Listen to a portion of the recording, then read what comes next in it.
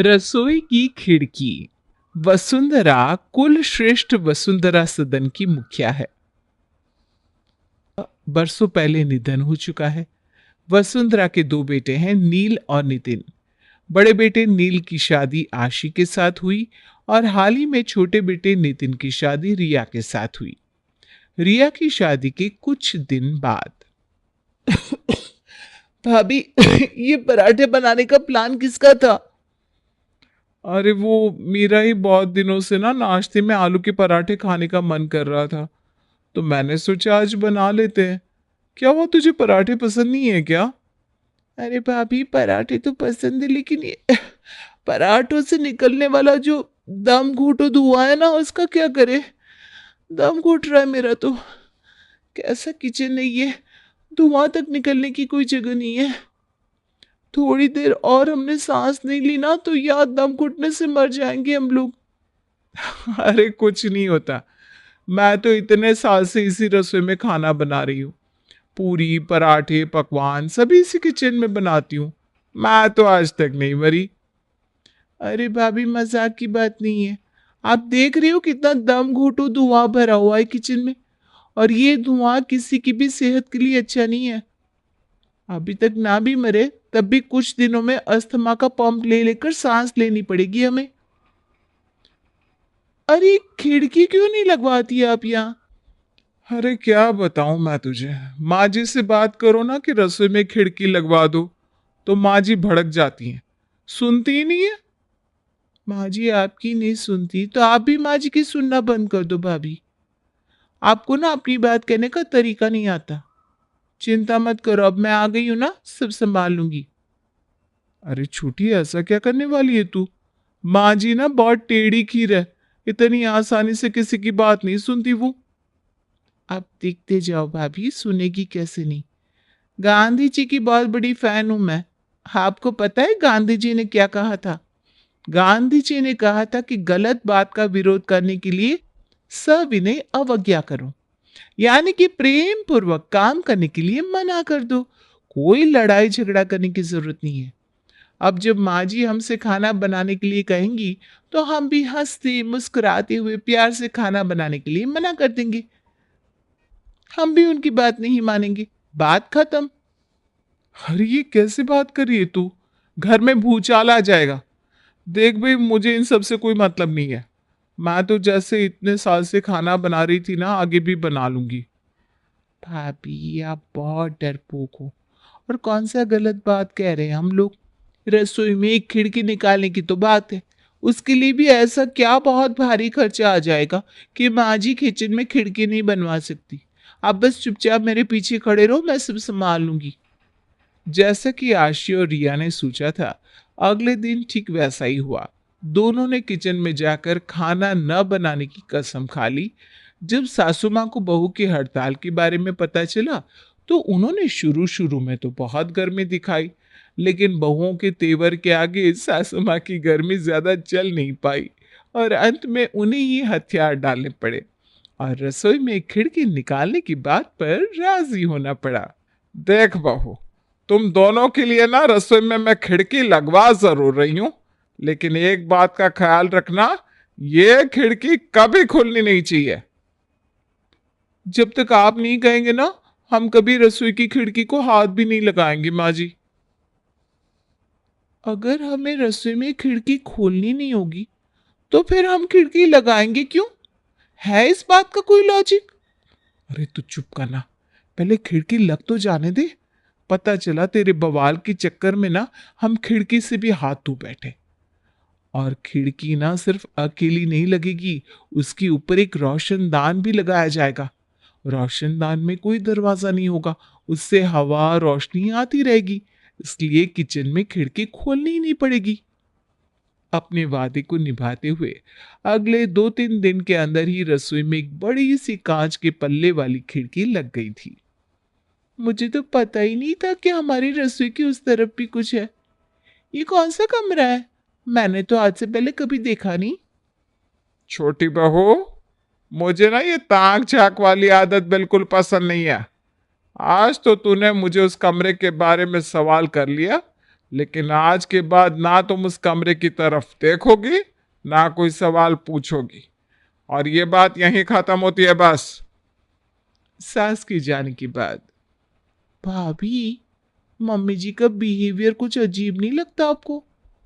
अब ऐसा भी क्या खजाना है वहां कि मेरे उस कमरे की तरफ देख लेने से मम्मी जी इतनी चिढ़ गई? क्या जासूसी किए जा रही हो? थोड़ा शांत रहा करो ना। ये ससुराल है तुम्हारा। लगता है तुम्हें किसी ने समझाया नहीं कि पानी में रहकर मगरमच्छ से बैर नहीं किया जाता। आपकी कहने का मतलब क्या है? मम्मी जी मगरमच्छ है? अरे चुप करना मेरी माँ, चल यहां से। अपने साथ साथ ना मुझे भी मरवाएगी किसी दिन। तुझे समझाना मतलब अंधे के आगे रो और अपने नैना खो। दोनों बहुओं के आंदोलन का परिणाम ये हुआ कि रसोई में अब खिड़की लग गई थी।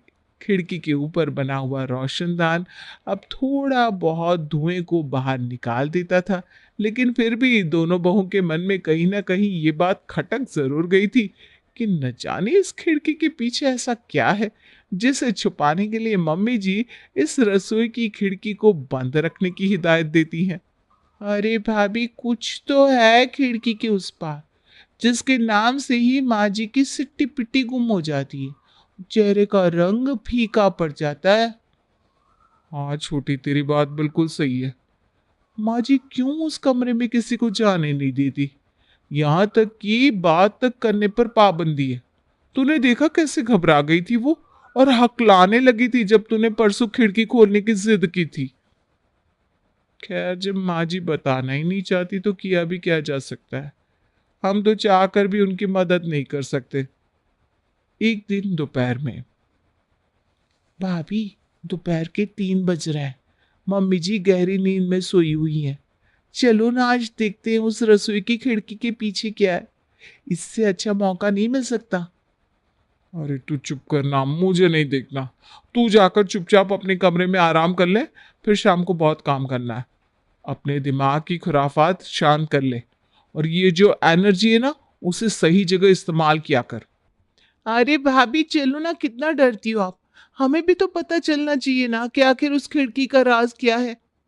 दोनों बहू दबे पांव रसोई में पहुंचती है, और जैसे ही खिड़की का पल्ला खोलती है, एक सायरन की आवाज पूरे घर में गूंज उठती है।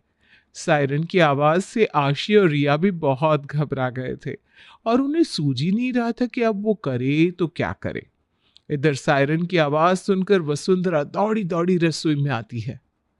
तुम दोनों की इतनी हिम्मत कि मेरे मना करने के बाद भी तुमने इस खिड़की को हाथ लगाया। अरे शर्म नाम की चीज नहीं है क्या तुम दोनों के अंदर? क्या यही होता है बहू का फर्ज? सास की कही एक छोटी सी बात नहीं मान सकती तुम दोनों? तुम्हें क्या लगता है कौन सा खजाना छुपा के रखा होगा मैंने उस कमरे में, जिसे देखने के लिए तुम दोनों इतनी बेचैन हुई जा रही हो? देखिए माँ जी, आपकी नाराजगी हम समझते हैं। मैं मानती हूँ हमसे गलती हो गई है। आपकी मना करने के बाद भी हमने इस खिड़की को खोला, लेकिन आप भी तो हमें बता सकती है ना कि आखिर उस खिड़की के पीछे ऐसा क्या है जो आप खिड़की का नाम सुनकर इतना घबरा जाती हैं। हम भी तो अब इस घर का हिस्सा है। अगर कोई राज है तो उसे जानने का हमें भी तो पूरा अधिकार है। मुझे ज्यादा पट्टी मत पड़ाओ।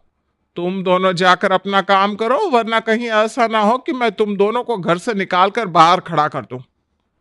सास को गुस्से में तमतमाते देख दोनों देवरानी जेठानी अपने अपने कमरे की ओर निकल जाती हैं।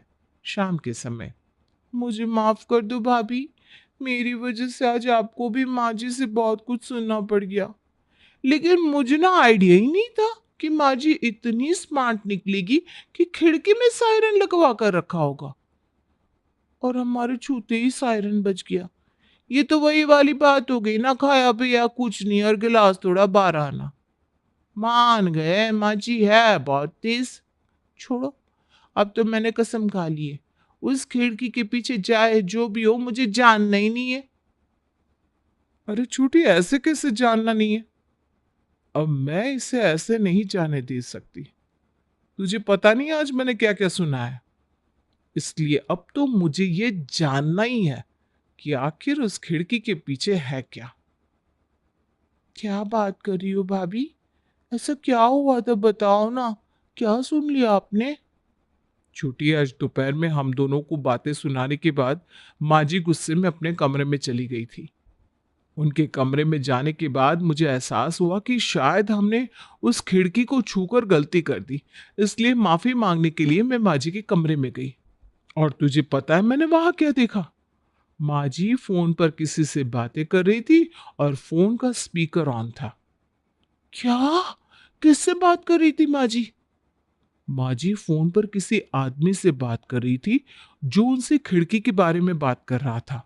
इसीलिए तो मैं उस खिड़की को लगवाने के पक्ष में नहीं था। कहीं तुम्हारी दोनों बहू को वो राज पता ना चल गया हो। अगर किसी को भी वो सच पता चल गया तो बहुत बड़ी गड़बड़ हो जाएगी। तुम्हारी इतने सालों की मेहनत मिट्टी में मिल जाएगी।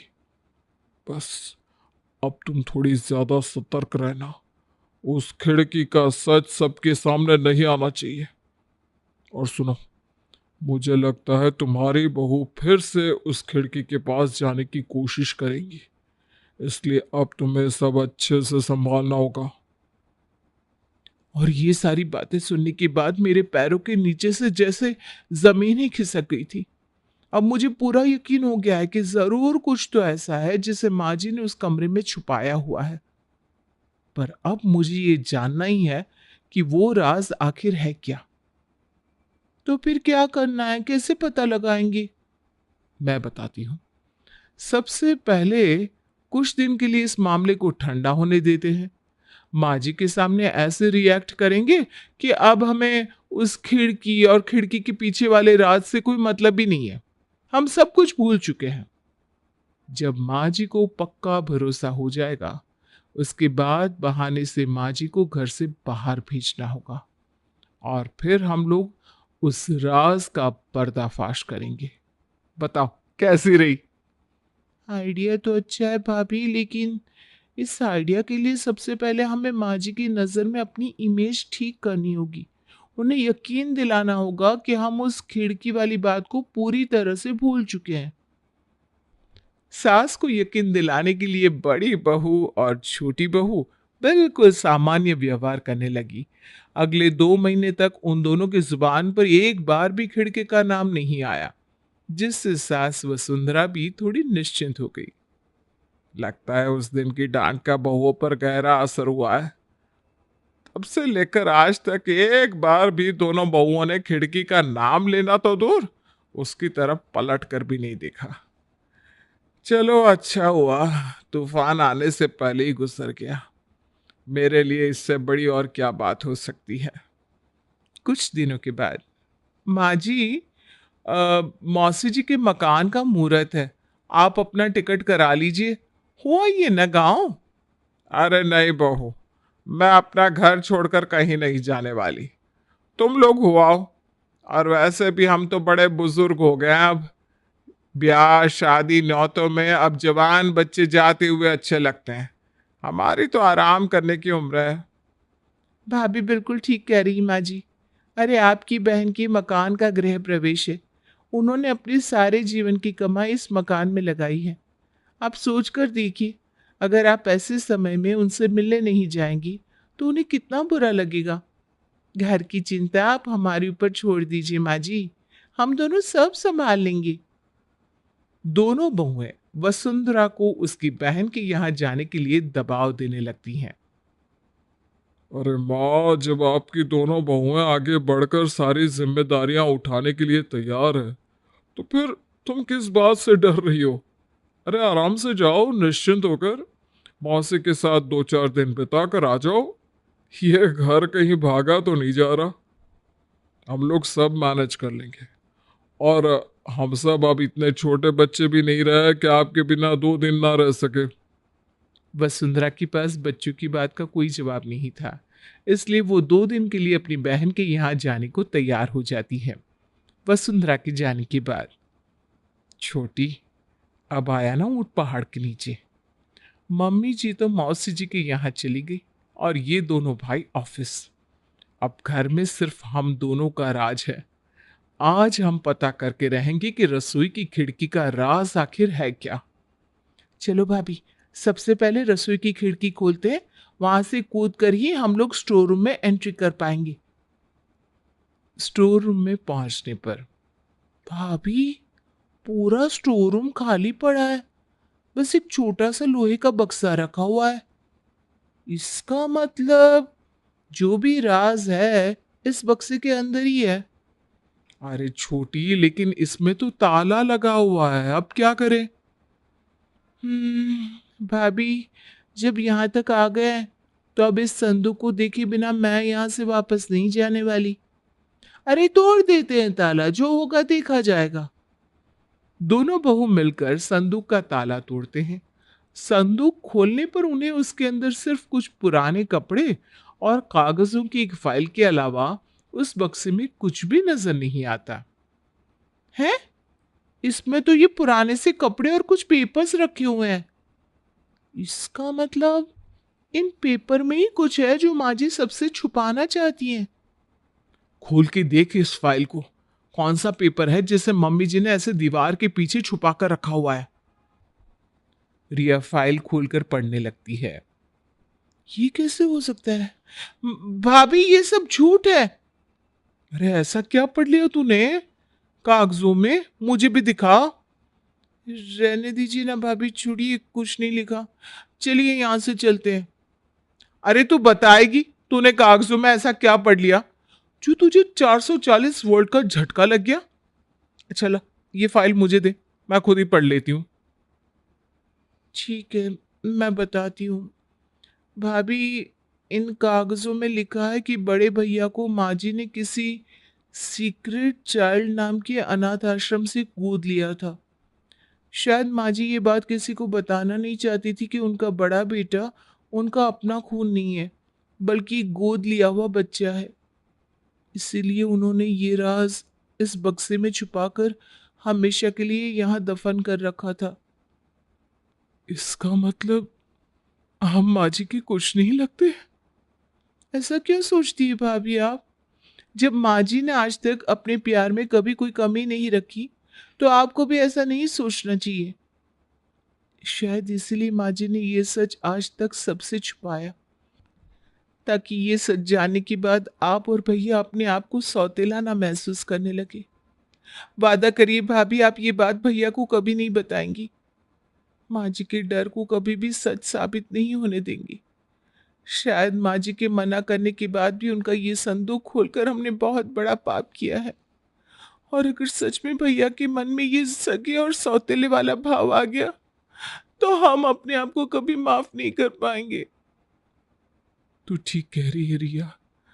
मैं वादा करती हूँ कि यह सच हमेशा संदूक में दफन रहेगा और कभी भी सुशांत के सामने नहीं आएगा। माँ जी उनके लिए उनकी सगी माँ है और हमेशा रहेंगी। मैं एक माँ से उसका बेटा कभी नहीं छीन सकती। 2 दिन बाद दोनों बहू सास के पास आकर, एक बहुत बड़ी भूल के लिए हम आपसे माफी मांगना चाहते हैं माँ जी, लेकिन वादा करते हैं आगे से कभी कोई गलती नहीं होगी। बस आप अपना आशीर्वाद हमारे सर पर ऐसे ही बनाए रखिएगा। क्या बात है बहू, साफ साफ कहो।